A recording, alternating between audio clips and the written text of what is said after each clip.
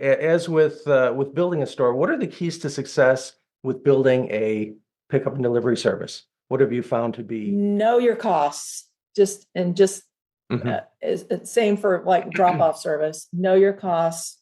mhm, How much does it cost for you to process a pound of laundry?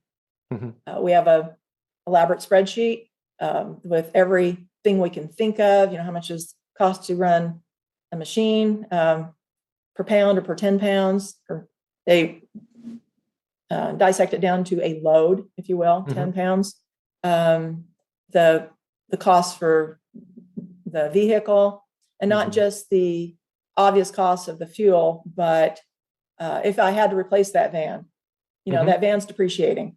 It cost Right. us this much. So every order allocate like you're paying yourself back for that van, that type of Mhm, thing for mhm. depreciation purposes. But Right. what's your cost per pound? Mhm, And then how much profit do you want to make? Those two mhm, things, and that mhm, will tell you the price that you need. Your mhm. price is a factor of your costs, so Right. and your Great. profit.